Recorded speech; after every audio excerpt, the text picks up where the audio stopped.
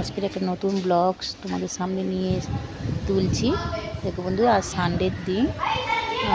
দেখো সোনু আজ স্কুল ছুটি, টিউশনের ছুটি, তাই সোনুকে নিয়ে একটু বাইরে বেরিয়ে দেখতে এলাম।